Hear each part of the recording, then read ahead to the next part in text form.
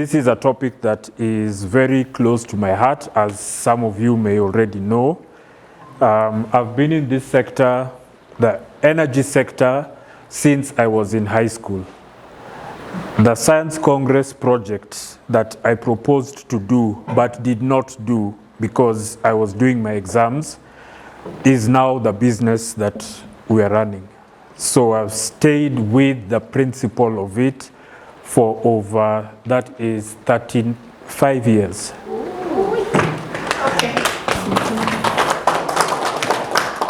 So I remember it was less than a month ago, or I forget, maybe about 3 weeks ago, we had Dr. Julius Kipngetich speaking to us, and he talked about lights and shadows. And it is from that analogy, that inspiration, that I'm looking at from darkness to light and how solar saves lives. So this is looking at the healthcare sector and the importance, the opportunity, and I think the vision that we have is that all healthcare facilities should have solar power to be able to provide energy for essential equipment regardless of the external factor. Talk about Ubuntu Solar Power Africa. We prefer to use Us Power. So Us Power was founded in 2023, December, and registered actually earlier this year in February. And it brings together, although it's a new company, we like to call it a startup, but the history is quite a long time that we have been involved in this. To be precise, the fellow founder and myself worked on this idea, this concept in 2017. So we have been slowly building, moving forward, and trying to create what vision that we have. And the vision that we have is to change how business is done, to move away from selling of electrons or selling of commodities to providing a service. And in providing a service, this is done by detaching from the physical flows of energy and converting it into data that can then be used as financial instruments to address the deficit of energy where it happens, wherever it happens. The premise that we have, the belief that we start with, is solar is everywhere. And because solar is everywhere, there is no reason why there shouldn't be enough electricity to afford a new standard of living. We no longer can live in a world where people used to live without electricity. Today, healthcare depends on electricity. I was in the village over Easter, and I ate something that upset my stomach. And we had gone for 5 days without electricity. I was able to get a diagnosis. It's a long word, gastronome. I can't even pronounce it. But that one, I was not just getting a diagnosis, but getting an accurate diagnosis, because that dispensary, it's a clinic, a village clinic, had solar power. So that is, for me, a personal experience of why strengthening, providing adequate power shouldn't be something that is debatable.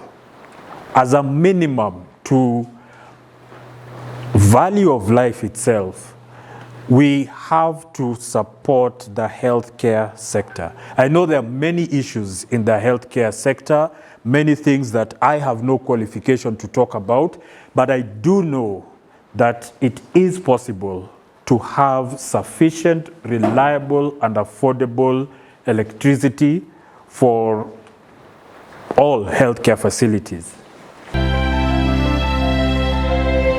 Statement is what I was talking about. Unreliable power, expensive power, and difficult to access, call it solar power. We all know, I think many of us have gone through this process where you hear the idea, it sounds good, and then you go out to buy and somebody tells you it's going to cost you $500,000. And you look at the priorities and say, that's too much money, it's too expensive. But not looking at it from maybe your electricity bill is 4,000 or 5,000 shillings or 10,000 shillings a month. How many months will it take at that cost before it gets to the value that you have to spend? So it is not a technical problem. Theoretically, it is not an economic problem. It should be affordable, that this one costs less over a longer period of time, but it has a huge barrier. And the barrier has been coming down systematically over the years. I think Stephen Mutimba can be able to testify that I think when I started working in the sector in 2007, the cost of a solar panel was over close to $10 per watt. Today, it is less than 15 cents per watt. It has come down by over 98%, yet it's still a barrier to people in our part of the world. Like I said, the vision, solar panels for all healthcare facilities in Africa. We've counted them. There are 100,000 facilities in Africa that don't have sufficient electricity to provide adequate medical services. And we've seen that they can't be reached. And this is where my colleague can be able to provide the experience of having taken fiber optic across Africa generally, having taken the internet across Africa, having developed the systems to be as efficient. I think anyone here who has got fiber optic at home, you did not sign any paper to get your fiber optic. You just pressed, received a call, received a code, text message, and it was installed. And that's the kind of efficiency that we see coming to this sector. By integrating all of the players in advance with a lot of planning, that's why we've taken our time to get here. We work with different organizations. You really have to understand how to be as efficient as possible. With the removing of inefficiencies across the entire value chains. And the result of that is that efficient or energy efficiency makes renewable energy affordable. So when we look at the numbers and we look at the costs, and I actually have them very fresh in my mind because I've just finished the project at Karen Country Club, installing the solar, which was a conversation I started with them in 2012. Finally, in 2025, the solar system has been installed. But when we looked at the options of buying outright, if you buy outright, your unit levelized cost is about 5 shillings per kilowatt hour. When you buy from Kenya Power and you're a small facility, you're a community health center, you're paying the highest tariff. You're paying 29 shillings per kilowatt hour. When you're a entity, a business that has got a reputation, that has got cash flows, you will receive an offer to be supplied with electricity with no upfront cost at 15, 16, 17 shillings per kilowatt hour. So what we are saying is this: the smallest facilities pay the highest tariff. They have, by definition, if you're talking, and here the entire model, the proposed solution works across the board. It works for the private sector, it works for the large, because again, you've broken down energy into data. So you can manage it. You can manage 20 small facilities the same way you can manage one big facilities. Of course, there are some implications in terms of the logistics, but it is doable. So rather than having this only available to the large ones, we see that by aggregating them, you make it big enough, interesting enough for the kind of investors that want to be involved in renewable energy, and also for the kind of investments that they want to make. So the original business idea is still there. The gap is how do we deal with the public sector, with community-based organizations. Yes. So this is where look at strategic partnerships. The government on one hand, this is now talking about the public healthcare facilities and the community-based healthcare facilities. The government has to be involved. And in the engagement with the government, you need to get, because it's not as simple. This has been done, and we've done it. I've been there, been one of the people that have gone out and been involved in the installation of a solar system in a rural healthcare facility in Turkana. That was in 2019. So they have a maternal and newborn unit. For a period of time, we had access, we could see the project. That was just for a period of about 6 months, and now we don't know what's happening there. We don't know if the system is still working because it was given on the basis of a donation without looking at the long-term requirements that that system needs to be maintained.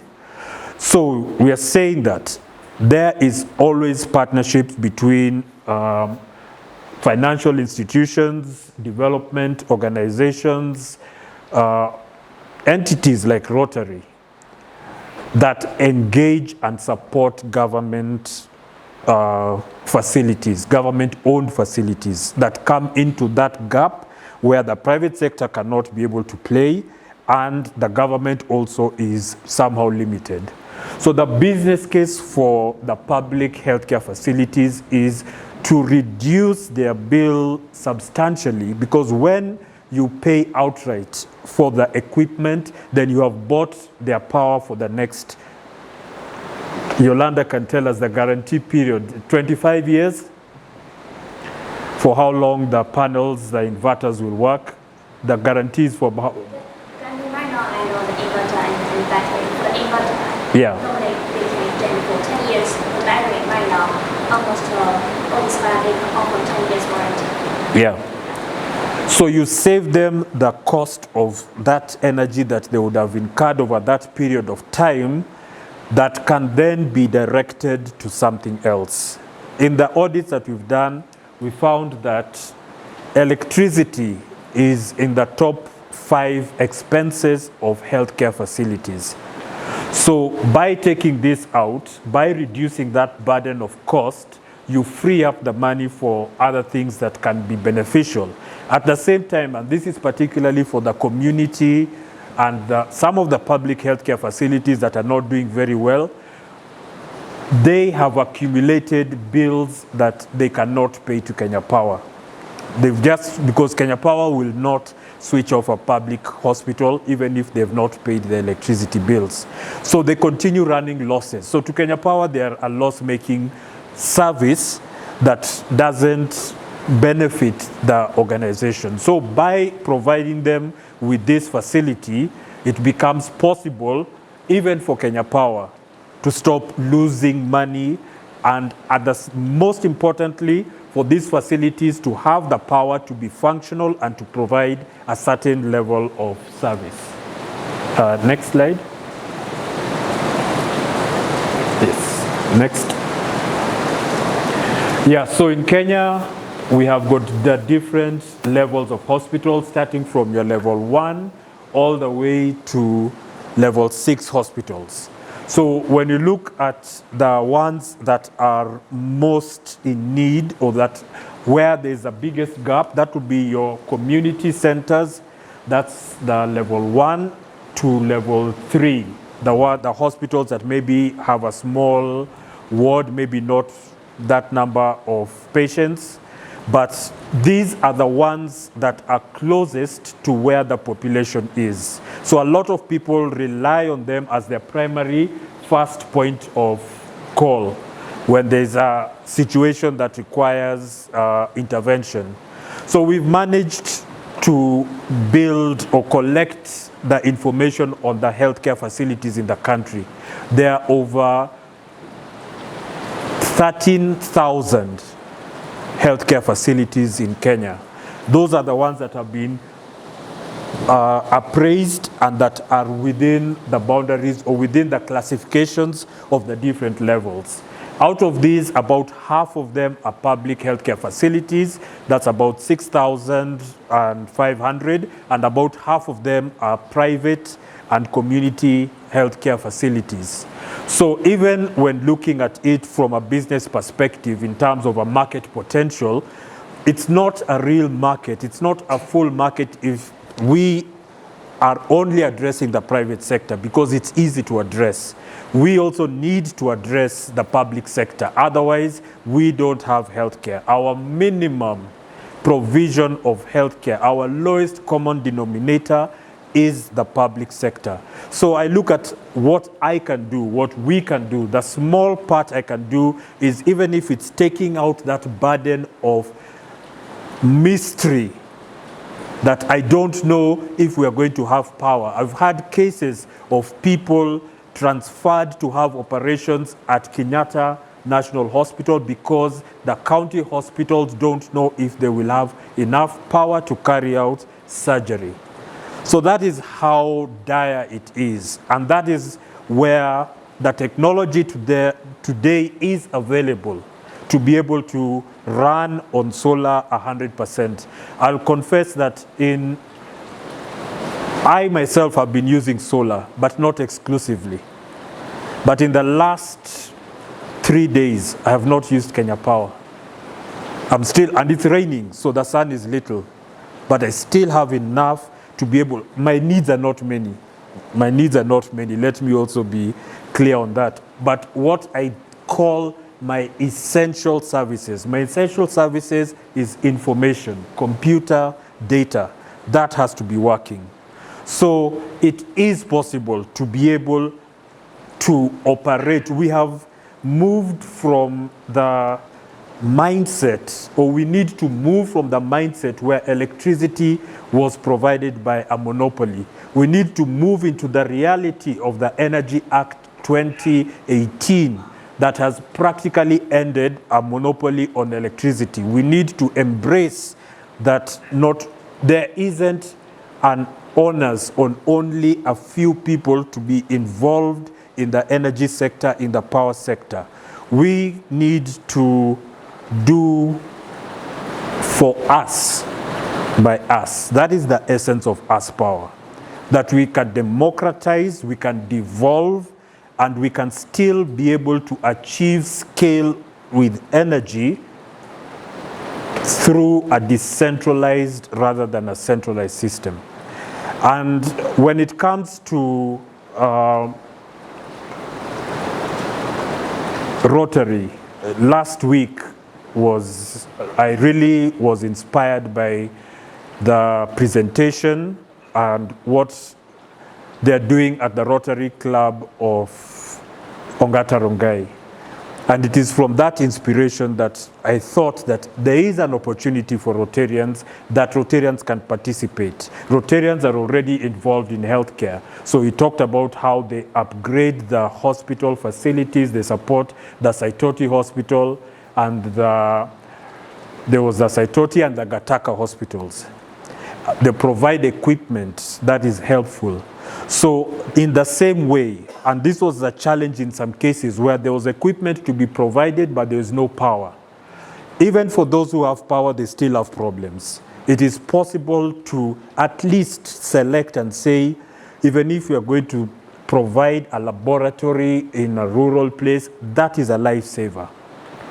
Provide the solar, pay for it outright, let them have the power, let them be able to operate, and let them be able to provide an improved, predictable level of healthcare. So I wanted to finish with this. This is the previous slide, that's the many facilities that you've seen there. This is part of the mapping. And I was just being very selfish, looking at my own home county and seeing some of the facilities. Some of them are the ones that maybe one of them is the one that I went to when I needed. I haven't checked the full list, but these are just from the private sector. within the same database, and this is public information. This is information available from the Ministry of Health on their website. Well, it's now not working because it was supported by USAID, and I think the money has gone or something has gone, but you cannot access, or maybe it was my internet that was slow at that time, I don't know. But it's available. You're able to look and say, I know this place. I can recommend this place.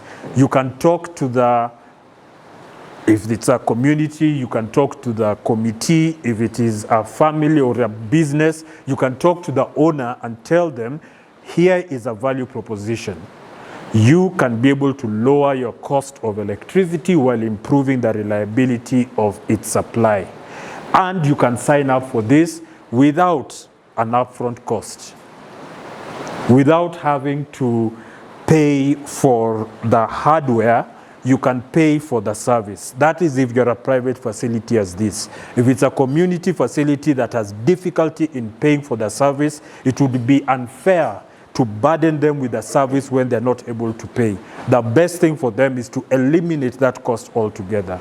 And that is what I am visioning, that is what I am proposing to the Rotary Club of Karen Green, to consider this as a passion project, the same way that Langata has taken up computers for schools, could do solar panels for hospitals, regardless of, there are so many across the country. The limitation, for Rotarians, ambition is not a limit. Rotarians have said we are going to eradicate polio, and it's this close. Why can't Rotarians also say we are going to make healthcare facilities resilient, especially the community and the public ones? So I think that is my submission. Thank you. And my invitation is to join us in powering healthcare with solar, transforming lives one facility at a time. Thank you.